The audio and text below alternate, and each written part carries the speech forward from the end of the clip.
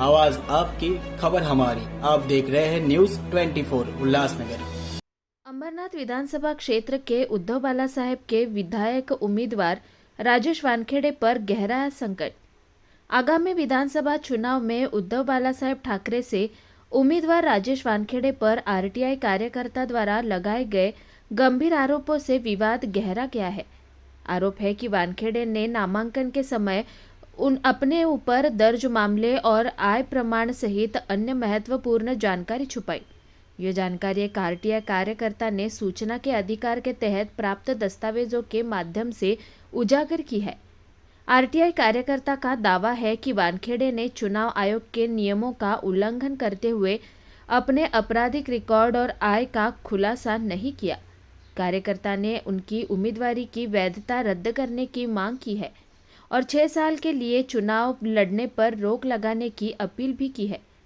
इस मामले को लेकर चुनाव आयोग से जल्द ही निर्णय की उम्मीद की जा रही है और यदि आरोप सही पाए जाते हैं तो वानखेड़े के चुनावी भविष्य पर इसका गहरा प्रभाव पड़ सकता है।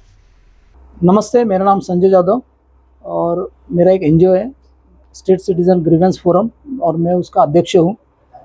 बात ऐसे है कि अंबरनाथ में जो विधानसभा का इलेक्शन चुनाव हो रहा है तो उस चुनाव में किन किन लोगों ने अर्जी भरी है, तो ये मैं जस्ट घर पे बैठ के ऑनलाइन में मैं चेक कर रहा था। तो बोला कि कितने लोग एजुकेटेड है, कितने लोगों के पास कितनी संपत्ति है, क्या डिक्लेरेशन दिया है। तो बहुत सारा कैंडिडेट लोगों का मैंने जब डिक्लेरेशन देखा तो कुछ उसमें से बहुत सारे लोगों का मुझे गुड गुड लगा, क्योंकि मैंने ये भी देखा कि डॉक्टर बालाजी कर्णिकर जो है उनका एजुकेशन तो मुझे पता था, उनका लास्ट टाइम का जो बैलेंस ये था, इनकम बताया था और अभी का इनकम वो सब मुझे देखा कि कम नहीं हुआ है, बढ़ते जा रहा है, बराबर। लेकिन ये जो बंदा है, ये राजेश वानखेड़े, इनका जब मैंने एफिडेविट देखा तो मैंने फिर कंपैरिजन किया कि ये बंदा जो है, क्योंकि I am from the banking field, मैंने ये देखा कि ये बंदा है ना, जहाँ पर सेविंग अकाउंट नंबर लिखना है, डिक्लेरेशन देना है, उसके बारे में जानकारी देनी है, उसके बारे में भी जानकारी नहीं दी, ना खुद की दी ना मिसेज की दी, बराबर। तो ये कोई भी एक सादा आदमी जो है उसका भी बैंक अकाउंट होता है, तो ये छुपाने का काम क्यों कर रहा है। तो मेरा फिर क्यूरियोसिटी और बढ़ गया, फिर मैं उसके बारे में और ज़्यादा डीपली सोचने लगा कि और इसमें क्या क्या है। तो उसमें मैंने ये भी देखा कि ये जो बंदा है इसका खुद का एक ऑफिस है, it is a immovable property. तो ये प्रॉपर्टी जो है 316 स्क्वायर फीट का जो उसका जो ऑफिस है, हाँ, लीगली उसका नाम पे है। तो उसका जो टैक्स रिसिप्ट देखा तो उसके नाम पर है, सब कुछ है और रेगुलर टैक्स भरा है उसने, लेकिन वो भी इसके अंदर उसने छुपाने की कोशिश की, डिक्लेयर नहीं किया। मतलब तीसरी बात ऐसे है कि उसका मिसेज जो है, उसका मिसेज का नाम पे एक प्लॉट बताया है कुर्ला कैंप में, उसका सर्वे नंबर वो सब मेंशन किया उन्होंने।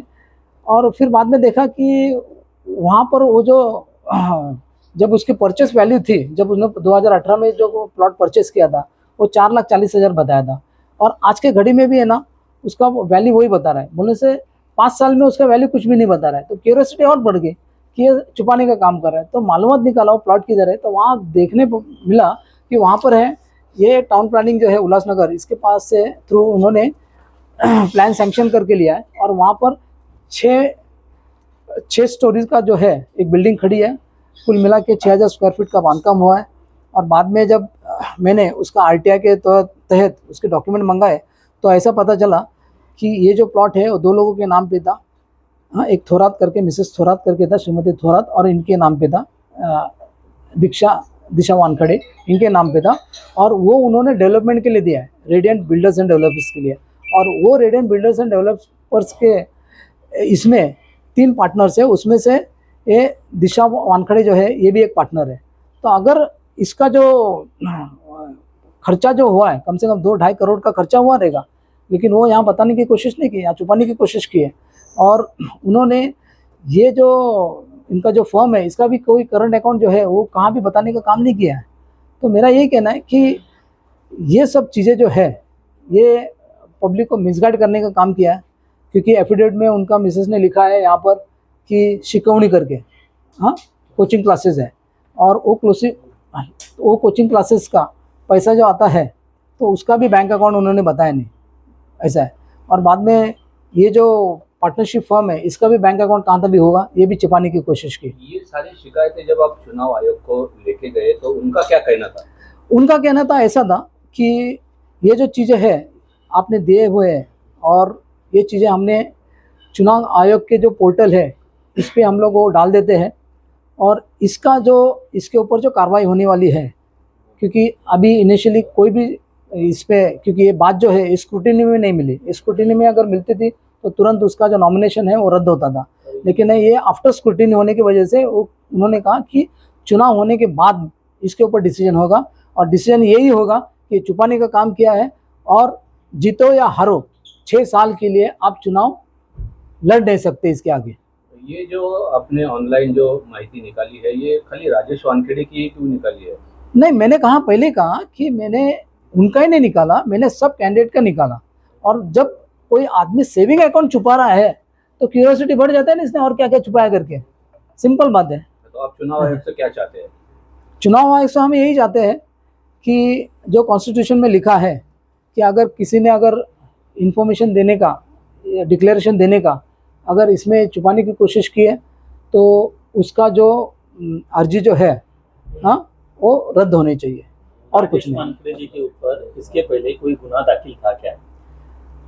हाँ, ये बात तो मैं तो भूल ही गया बताने के लिए कि 2014 और 15 में एक 2-3 केसेस बताया था और इस वक्त उन्होंने वो जो कॉलम है वो उसमें निरंक बताया, नील बताया है ऐसा है।